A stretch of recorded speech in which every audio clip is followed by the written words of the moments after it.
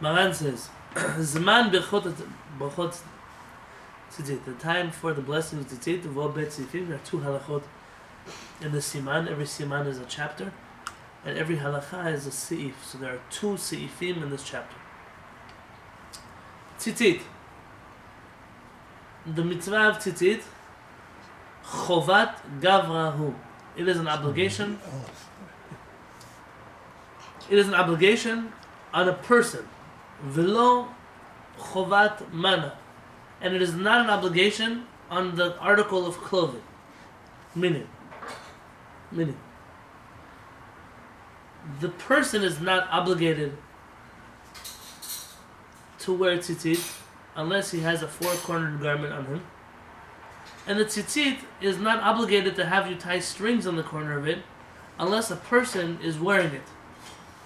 Shekol zman, because in any case, she'eno lovesh hatalit, that you're not wearing a talit, patur mitzitzit. It's exempt from tzitzit. If you buy yourself a 4-cornered garment and you put it in the closet, it does not have to have tzitzit put on it. Until when? Until you wear it. Ulfichach, and therefore, eino mevarech, you do not make a blessing al asiyat hatzitzit. When you are making the strings of the tzitzit, when you're tying them. Shein mitzvah ela b'lvishato. Because the mitzvah is only when you wear it and not when you tie it.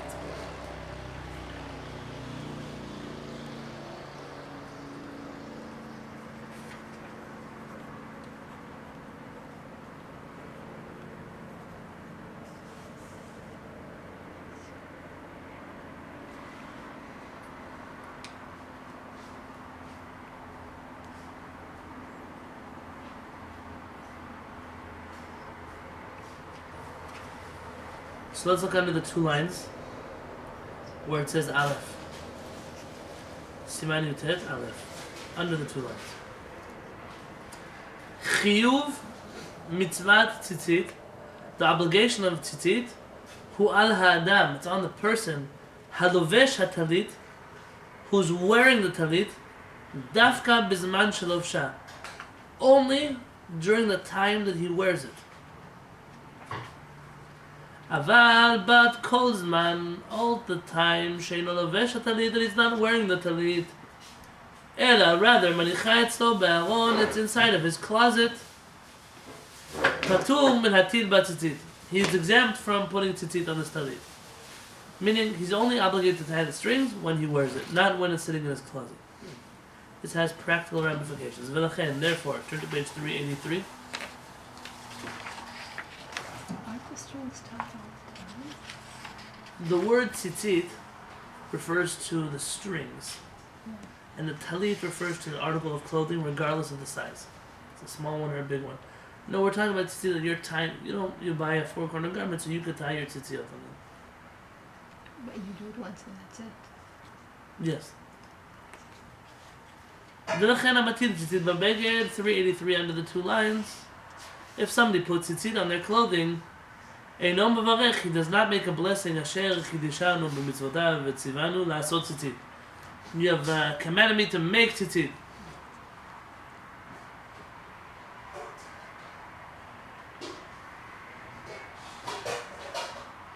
Mipnei she'en hamitzvah ela b'lvishat hatalit. Because the mitzvah only comes around when you wear it and not from making it. That's like the I'm going to ask a better question than I have an answer. The question is as follows. If I own a house, and I don't live in it, I bought it as an investment. Do I have to put mezuzot up in that house? I know when people rent a place, they have to put mezuzot. Rent meaning They're moving in. Rent it to somebody else. Or you're paying to live there. Tenants have to put. if you are like me, I'm a tenant here, I rent. Of course I have to put a mezuzah. The question is if my landlord was Jewish and I wasn't, would he have to put up mezuzot here? I don't think he does. But I think the problem comes into if he had mezuzot already on the place. Okay, if you take them off, that's a good question. Let's talk here halachic lingo. Are mezuzot an obligation of the person living in the house or of the house itself? Is a house required to have mezuzot, or only a house in which a person lives in is required to have mezuzot? The person's required to have mezuzot on his house. On his house. Very good. And therefore that means that a house is the same idea as a talit. Unless you wear it, unless you live in it, you don't have to put on mezuzot or put on tzitzit. Says the Magen Avraham on the Shulchan Aruch. So why do I make a blessing on putting up mezuzah, but I don't make a blessing on the tying of tzitzit?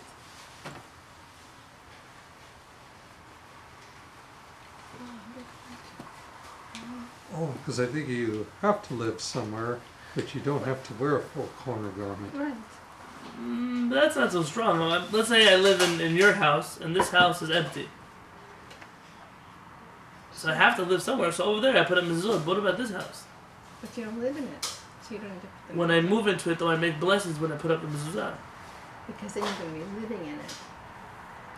So does if you're wearing the talit with the Very tzitzit? good. So you make a blessing on the wearing, but not on the putting on of the tzitzit. And the blessing that I make on the mezuzah is not the blessing of having a mezuzah on my window, my doorway.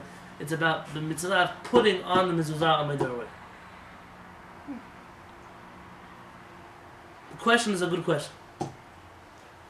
The question is a good question.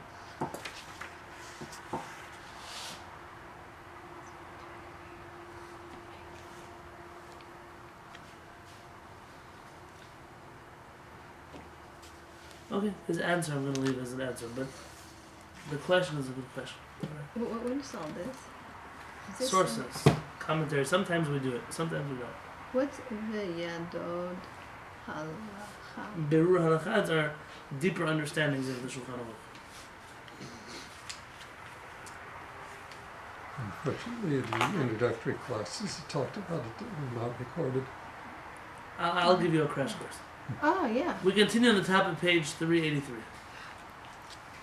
Forgive me for teaching this halakha, but it's a must. Bet. Excuse me. Yeah. What does Shaar have? So this is all I'll tell you in our introductory. Yeah. Asa'at talit. If I made a talit that tzorich tachachin, God forbid, as a burial shroud for someone. And the purpose of this talit is eventually someone could get buried in it. Af al pi shelov shol lefamim b'chayav, even though you sometimes wear it during his lifetime. Patur, it's exempt from having tzitzit. What if a person buys himself nice burial shrouds, but sometimes Yom Kippur he likes to wear them? Does he have to put tzitzit on it? Maran says no. You do not have to. Why? Why? You just contradicted what you did before.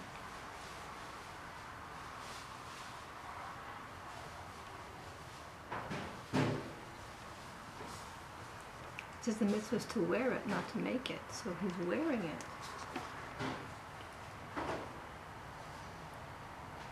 It wasn't intended to wear it when he's alive. No, but if he wears it for Yom Kippur, he's alive. Can you bring me the first volume from the green set? So Bet is the Ramah? No. Bet Any bold print is Rabbi Yosef Cairo. The Ramah looks like. Yeah, okay. The Ramah looks like. If you look on page 386, the little Rashi script over there. He writes in Rashi script. No, in this book, it's printed in Rashi Here. script. Yeah, So it's in Ramah? between the lines, on top of the page. On top. Oh, here. No, on top of the page, in the middle of the bold text. That's Rabbi Yosef Cairo. Is it oh, in here. Oh, and this was the Ramah. Oh. Found it?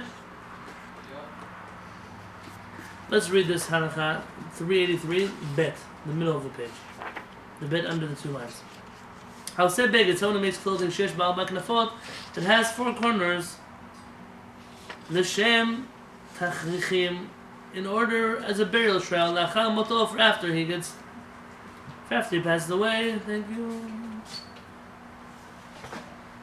Can you open up the first part to halakha Siman Yud Tet? There's Torah in the beginning, Shulchan Aruch in the back. So the first part of the book. The first Siman Yud Tet you'll come to. ולובש בגד זה לפעמים בימי חייו, and he wears his clothing sometimes during his lifetime. דעת מרן, השולחן ערוך, מרן, the opinion is, שבגד זה פטור מן הציצית. That this beged does not require tzitzit. The first one. Yes. תודה רבה. אולם, but, דעת רבים מהפוסקים, שבגד זה חייב בציצית. But many of the poskim, not Rabbi Yosef Karo, are of the opinion that this clothing requires a tzitzit. ולכן, and therefore, tov להחמיר, it's good to be strict. שלא ילבשנו בחייו, that you should not wear it when a person is alive. ואם בא ללבשון, if a person comes to wear it during their lifetime, tov שיטיל בו tzitzit. It is good to put tzitzit on it. אך לא יברך עליו, but one should not make a blessing on such a tzitzit, because we're in doubt as to whether to make a blessing or not. Well, if you wear it and you put on and you put the tzitzit on it, why wouldn't you make a blessing? I mean, it's the same thing as if you hadn't. I mean, you have intention to wear it for that particular time. So why was the difference if you wear it once if you wear it 100 times?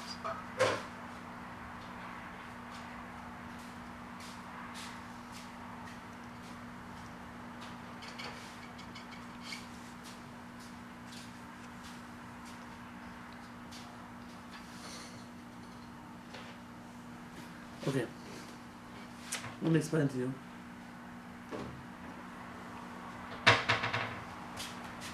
The Beit Yosef, Rabbi Yosef Karo writes the following.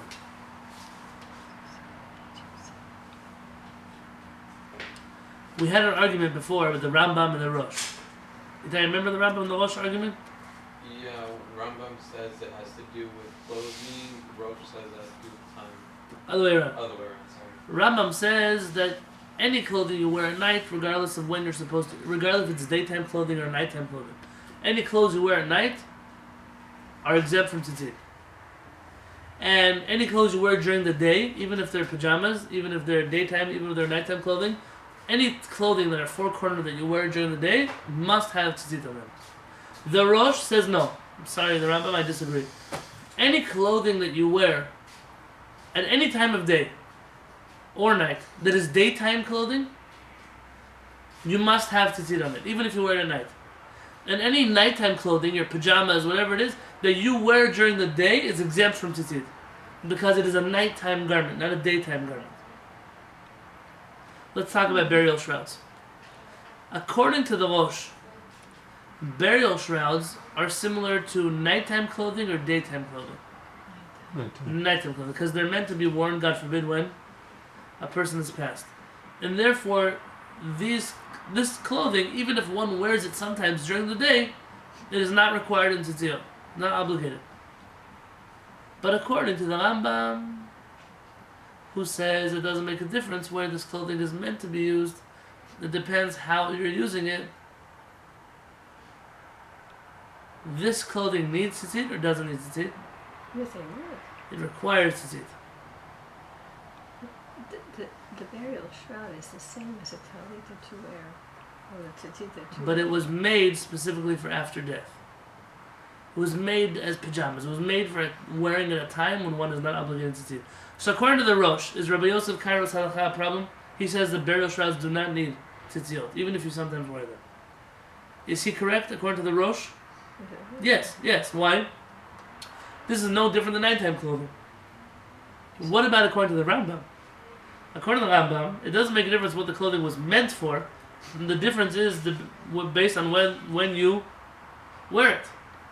So listen to what Maran writes. Maran says, "Afilu leHarambam," even according to the Rambam, "Shemechayev tzitzit techol ksut shelovesh bayom," that he says any clothing you wear during the day requires tzitzit. Shani hacha, this case is different than nighttime clothing. Dechevan dichtiv al arba knafot ksutecha. The Torah itself says you must put tzitzit on the four corners of the garment that you cover yourself with. Mashma, you can see from there, davka ksut hamiyuchad adam chai. This is only referring to clothing that living people wear. Yatsa zeh sheno miyuchad ksut adam chai, dehavalei ki'ilu eino ksut klal upatur. This clothing, which is meant for a dead person, is not considered clothing at all, And therefore, it's even better than nighttime clothing. This clothing is clothing for dead people, and therefore, even if one wears it during the daytime, the Rambam will tell you this isn't clothing. The person isn't supposed to be wearing this, a living person, and therefore, it's not obligated in tzitzit. Let me ask you a question: is Maran's proof very strong? No. Could that be why many people argue with him? Yes. It's like he's talking about intent. which is And it kind doesn't of seem like the intangible Rambam. thing. He's reading into the Rambam something the Rambam doesn't say. And therefore, and the biggest proof against Maran is the Rambam doesn't mention this halakha. This halakha is found in the Talmud, and the Rambam doesn't codify it. The Rambam doesn't codify that burial shrouds are exempt from tzitziot. The argument can be made to the defense of the Maran. The Rambam also doesn't codify that they're obligated in tzitziot. The Rambam simply skips this halakha. And therefore, as a Sephardic Jew, I still follow Maran. Really? The Ramah doesn't argue, so it seems like the Ramah agrees. What you said that the Rambam did not agree with Maran on this issue. Rambam came before Maran, so it couldn't be that Rambam agrees or doesn't agree. Okay. Maran is reading into the Rambam, but you must leave room for other people to read into the Rambam too. And therefore, what can I say? Okay. That Rabbi David Yosef's understanding is, if one wants to be strict, they should be strict, because there are enough proofs that differ with Maran that in this situation, maybe we should err on the side of caution. That even though we won't make a blessing on such a tzit, at the very least we should tie strings onto this tzit.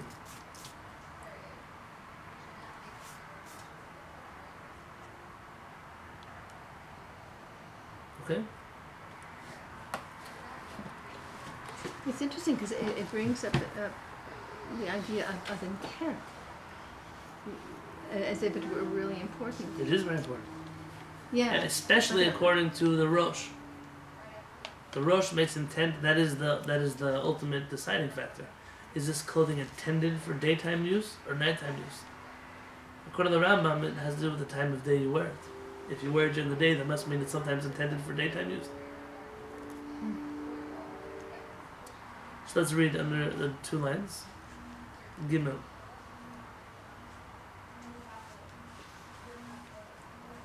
I walk into the tzitzit store.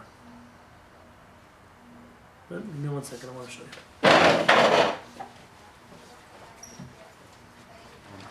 So I bought tzitzit in New York now. Because I gained a little bit of weight that I shouldn't have gained. And mostly because I want to get rid of the black stripe on it and wear just a white stripe. And so, I have yet to tie strings on it. But I bought this tzitzit, which as you see has corners that doesn't have strings on it. Because I tie blue strings on it. And I brought it to my wife and I wanted to show her the size of it. Mm-hmm. Correct? Mm-hmm. What am I doing right now? You're wearing it. You're wearing it, but it doesn't have tzitzit. I'm wearing a 4-corner garment. Right. It's made out of wool, so it's biblically obligated in tzitziot, not rabbinically. And I'm wearing it without tzitziot on it. Am I violating a prohibition or not? Well, it depends Well, on yes, his no, view, but because you're- it's you're- nighttime. According to the, It's nighttime, so according to the Rambam, Rambam, this is okay. I could wear this until Sunrise. the sun rises tomorrow. Correct? Ah. But am I allowed to, during the daytime at the store, can I show this to my wife? And can I say, hey, I like the tzitzit, do you like it also? Maybe there's a limit of how long it's considered wearing. So let's look at this halakha inside. Tov. The house just got Show and empty, tell? right? Show and tell. So said halakha here. Halovesh beged, if somebody wears clothing, sheyesh bo arba knafot, that has, we're on 383, that has 4 corners. Al menat leharoto lacharim, in order to show it to somebody else, like I just did for you. Kagon shorotze lemocho, or for example, he wants to sell it to somebody, so he wants to show them how it looks. Patur milhatil bo tzitzit, you are exempt from putting tzitzit on it, regardless of the time of day. Meaning, sample tzitziot that people are trying on at the store do not need to have strings on them, because they're not trying them on to wear them. They're trying them on just to see if this is the size they want, or the style that they want, or the shape that they want.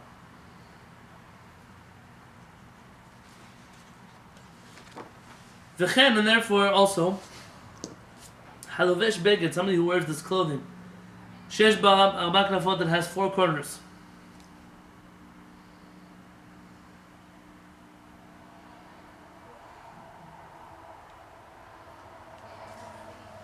כדי לבדוק מידתו ומראהו עליו. In order, on page 34, in order to check its size or the way it looks on it,